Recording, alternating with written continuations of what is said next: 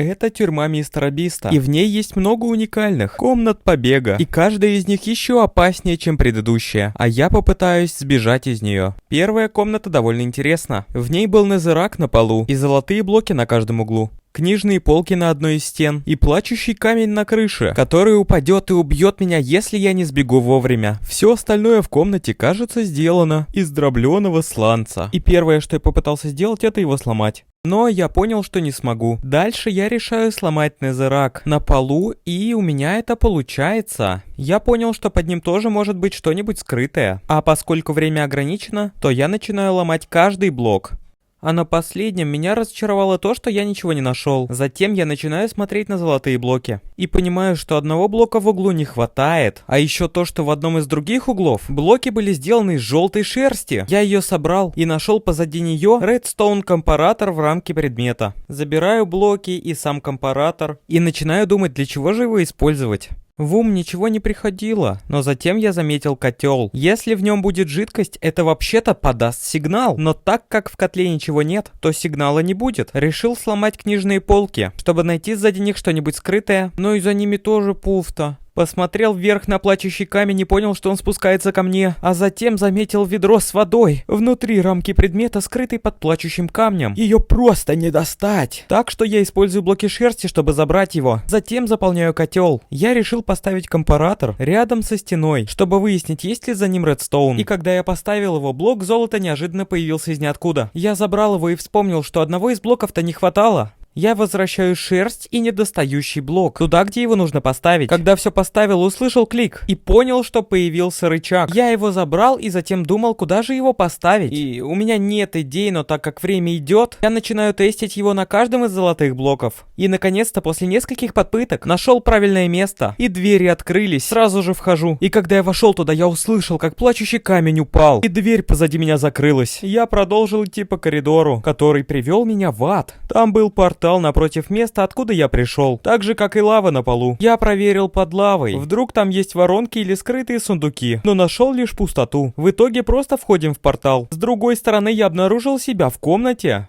Но что-то здесь не так. Я посмотрел на себя в F5 и понял, что я уменьшился. А затем появилось сообщение, в котором написано, что я уменьшаюсь каждые несколько минут. И если я не сбегу вовремя, я застряну здесь навсегда и буду становиться все меньше и меньше. Это меня напугало, так что я быстро начинаю изучать, что было в комнате. В одной из стен был блок динамита. Еще была вагонетка с сундуком. Я подбежал к динамиту и попробовал его сломать, но выяснил, что я не могу этого сделать. Затем проверяю печку, и, к сожалению, она была пустой. Но затем, когда проверил сундук рядом с ней, то мне удалось найти стрелы. Я подбегаю к вагонетке и открываю сундук в ней. А внутри была зажигалка. Но когда я пытался быстро доспринтить до динамита, чтобы его поджечь, я стал еще меньше. На тот момент я стоял перед динамитом и думал: я могу попробовать его поджечь, но никаким способом я не смогу убежать от него, чтобы не умереть. Я решил еще поисследовать комнату и начал проверять за каждыми важными блоками. Ничего не нашел и снова уменьшился. Я посмотрел на последнюю оставшуюся вещь, и это была кровать. И поскольку я маленький, я могу видеть, что под ней. И я заметил там дыру, так что я начинаю бежать туда. И во время движения я снова уменьшаюсь. Но я все еще могу забежать под кровать. В открывшейся дыре под кроватью я заметил лук в рамке предметы и понял, что это вместе с зажигалкой создаст дуэт. Я могу поджечь пол и стрельнуть из лука, чтобы поджечь динамит. Забираю лук и возвращаюсь к вагонетке, чтобы быть достаточно далеко, и динамит меня не убил. Я окрасил пол огнем и затем начал стрелять. Но поскольку я такой маленький, мои стрелы просто не долетают. Я начал целиться выше и стрелять. И наконец-то стрела подожгла динамит. Он взорвался и открыл мне коридор. И я, даже еще не успев подумать, начал возвращаться к своему обычному размеру. Я пошел по коридору, и пока проходил вглубь него, стены изменились из бедроковых на обычные доски. Неожиданно я дошел до конца и нашел коридор еще шире, вместе с кучей дверей. Я решаю войти в первую дверь. И когда я ее открыл, нашел другую дверь с обратной стороны. И как только я открыл третью дверь, то вообще ничего не понимал. Я увидел себя, прошел вперед и понял, что нахожусь снова в коридоре.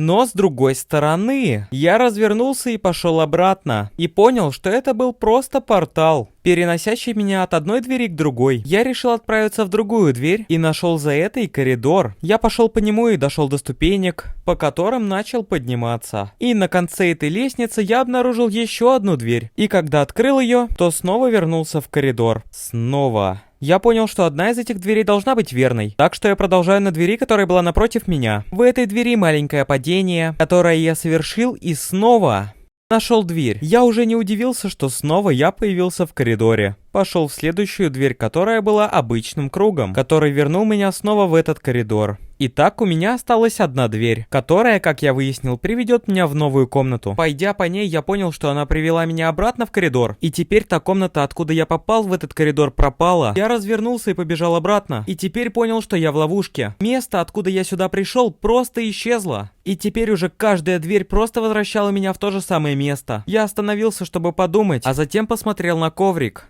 Решил попробовать сломать его. И, к моему удивлению, понял, что я могу это сделать. Я начал разрушать абсолютно каждый коврик. И неожиданно нашел дыру под одним из них. Я начал смотреть внутрь дыры и увидел джунгли. Я понимаю, что мне больше нечего терять. Так что я падаю и попадаю в джунгли. И когда я посмотрел наверх, я ничего не увидел. Комнаты как будто вообще не существовало. После офигевания я заметил нажимную плиту и решил встать на нее. Когда я это сделал, появилось сообщение, в котором говорилось: доберись до маяка, пока лес не сгорел. Я увидел маяк и сразу же побежал к нему. И когда прибежал, заметил, что там была табличка, на которой говорилось, что нажимная плита должна быть нажата, чтобы шлюз был открыт. Я понял, что нужно что-то поставить на нажимную плиту, чтобы это оставалось открытым. Я начинаю осматриваться. Заметив платформу, летающую в небе, я побежал под нее. И понял, что там было дерево, по которому я смогу подняться, чтобы добраться до нее. Наверху дерева был какой-то простой паркур, который я также легко и прошел, в конце которого была нажимная плита. А когда я встал на нее, мне дали ведро с водой. Я развернулся и понял, что паркур пропал. Так что я решил просто упасть вместе с ведром с водой. Когда достал до земли, использовал ведро с водой на нажимной плите, а затем побежал к маяку. Я увидел, что появился туннель в листьях, на конце которого я нашел кнопку. Нажал ее, и меня телепортировало. Я понял, что появился в бургерной мистера Биста. Осмотрелся в комнате и увидел двух жителей за кассой. Посмотрел торг одного из них и выяснил, что он продает кнопку за 3 алмазных блока.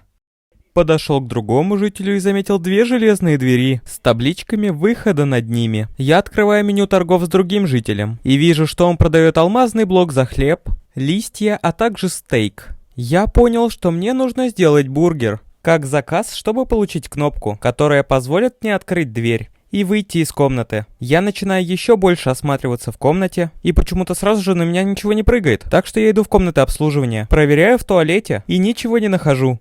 Так что я смотрю на себя в зеркало и понимаю, что странно, но это вообще-то работает. Я решил сломать его, а позади была воронка, в которой лежал хлеб. Забираем его и проверяем, что было за зеркалом в другой комнате. И как я и думал, там была вторая часть хлеба. Я забрал хлеб и несу его прямо к жителю. И торгуюсь за мой первый блок алмазов.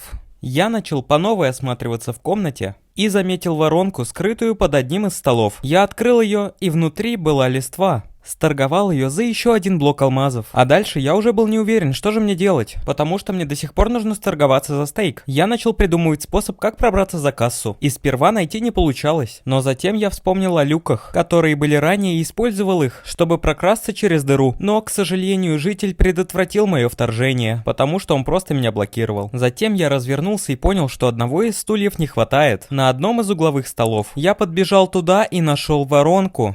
А внутри был стейк. Это и была финальная вещь, которую мне нужно продать. Я заполучил последний алмазный блок и отдал его так же, как и остальные 2 блока, за 1 кнопку. Я поставил кнопку и использовал ее, чтобы выйти из бургерной мистера Биста. Я попал в новую комнату, и когда вошел, то я уже начал понимать, что происходит. Здесь было много стекла, летающего над огромным бассейном с лавой. Если я наступлю на неправильный блок, он сломается, и я начну падать в лаву и умру. Первой вещью, которую я попытался сделать, это попытаться обойти стекло справа. Но, конечно, это место было заблокировано барьерами, которые не давали мне туда попасть. Далее я хотел выяснить, каковы мои ставки. Так что я посчитал, как же далеко было мне до конца. И вычислил мои ставочки. Мои шансы попасть на правильный блок абсолютно каждый раз были 1 из 16 384.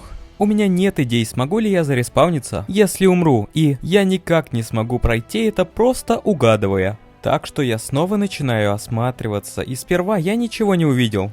Но затем мой взгляд привлек угол воронки. Я ее открыл, а внутри нее было 10 яиц спавна жителей. Я понял, что я смогу ставить жителей на стекла, чтобы посмотреть, сломается ли оно.